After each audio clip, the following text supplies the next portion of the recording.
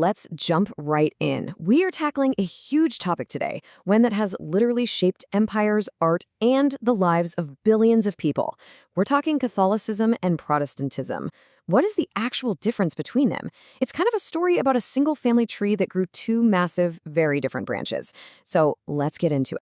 So let's just ask the big question right up front. You see churches everywhere, you hear these terms thrown around, but are they basically the same thing? Just different flavors of Christianity? It's a super common point of confusion. But the answer, well, it's pretty blunt. Nope. Not at all. I mean, sure, they grew from the same Christian tree, but a massive split back in the 16th century sent them down fundamentally different paths, and that is exactly what we are here to unpack today. To make this whole thing easier to grasp, let's think about it like a big family disagreement. You've got Catholicism, that's kind of like the older sibling. They're all about maintaining the original family structure, the traditions, the rules that have been built up over centuries. Then you've got Protestantism. That's the younger sibling who eventually got fed up, left home, and basically said, you know what, we need to ignore all this extra stuff and get back to the original documents, the source code, and just simplify the whole thing. So here's our roadmap for this. First, we're going to look at the key divides in what they believe. Then we'll jump back to that 16th century split to see how this all kicked off. After that, we'll check out the common ground they still share. And finally, we'll see why this 500-year-old division still has a huge impact on our world today. All right, Section 1, the key divides. So what was this big family fight really about? Let's get right into the heart of the disagreement. Honestly, the single biggest difference of all comes down to one word: authority. Catholicism sees it like a living tree. Yeah, it's rooted in the Bible, but it can grow and develop over time through what's called sacred tradition, the accumulated teachings of the Church, all guided by the Pope. In total contrast, Protestantism sees authority as an original blueprint, the Bible and only the Bible. If a rule isn't in that blueprint, it's considered a human invention, not something from God. And this one core difference in authority creates a massive domino effect. For Catholics, the final authority is the Bible plus tradition, with the Pope as the earthly interpreter. For Protestants, it's all about a principle called Sola Scriptura, which just means Scripture alone. This leads to the next domino. Who's the head of the Church? Catholics see the Pope as Christ's representative on earth. Protestants say, nope, Jesus Christ alone is the head. And it even changes how they see salvation. Catholicism teaches it's a process of faith and good works. Protestantism counters with sola fide, faith alone. You can really see this difference play out during worship, especially in the central ritual of communion. Catholics believe in something called transubstantiation. This is the doctrine that when a priest consecrates the bread and wine, they don't just symbolize the body and blood of Christ. They literally become the body and blood of Christ. For Catholics, this isn't just a symbol. It's the real deal, the most sacred act of worship. Protestants, on the other hand, see the bread and wine as powerful symbols. They're taken as a memorial to remember Christ's sacrifice.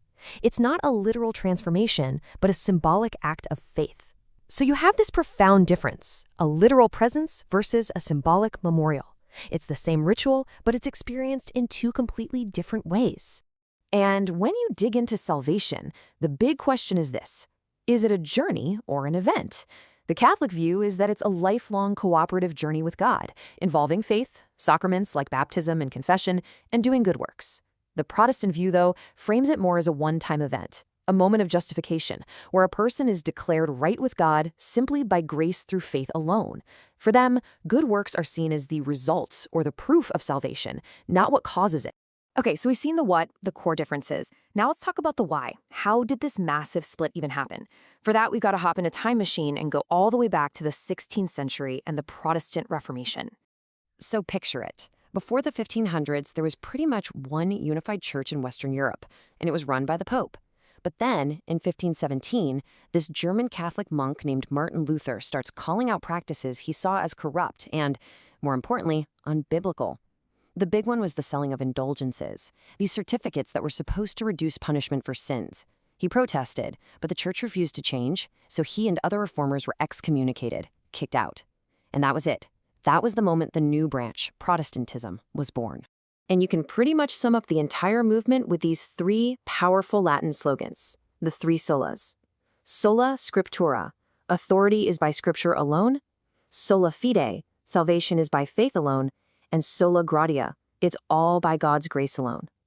These weren't just catchy phrases. Each sola was a direct challenge to the Catholic system, and they became the theological fuel for a revolution. Now, after focusing so much on these huge divisions, it is really important to take a step back. Because for all their differences, both Catholicism and Protestantism are built on a shared, common foundation of absolutely core Christian beliefs. I mean, both traditions wholeheartedly agree on the absolute essentials, the Holy Trinity, that Jesus Christ is divine, that he died for humanity's sins and rose again, the divine inspiration of the Bible, and the future return of Christ. So, despite all the arguments, these are the massive, non-negotiable pillars of faith they both stand on. So, you might be asking yourself, okay, cool history, but why does a 500-year-old theological debate still matter today? Well, because its impact exploded far, far beyond the walls of any church. Politically, think about it. The idea that an individual could read the Bible and interpret it for themselves helped fuel the rise of individualism. When people and entire kingdoms broke from the Pope's central authority, it paved the way for the modern nation-states we have today. Some historians even link the Protestant work ethic directly to the development of capitalism. And you can literally see the difference. Think of the breathtaking, ornate, and dramatic art of the Sistine Chapel or a Bernini sculpture. That is classic Catholic expression. Now compare that to the often plainer, simpler design of many early Protestant churches, which put all the emphasis on the preached word over visual icons.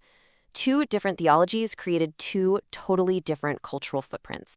On the world stage, this history is absolutely crucial for understanding modern societies. The legacy of this split has fueled geopolitical tensions for centuries, maybe most famously in the conflicts over national and religious identity in Northern Ireland. It also helps explain the incredibly diverse makeup of Christian communities all around the world, from Latin America to parts of Africa and Asia. At the end of the day, the divide can be distilled into one powerful contrast. As one source puts it, Catholics emphasize visible institutional unity and tradition, think the Vatican, while Protestants emphasize personal faith and biblical authority, think the individual with their Bible. It really does capture the core difference. So, in the end, we're left with one tree and two major branches. They share the exact same ancient roots, but they've grown in vastly different directions, casting these long, long shadows over our art, our politics, and our world. The question for you is, where else do you see those shadows today?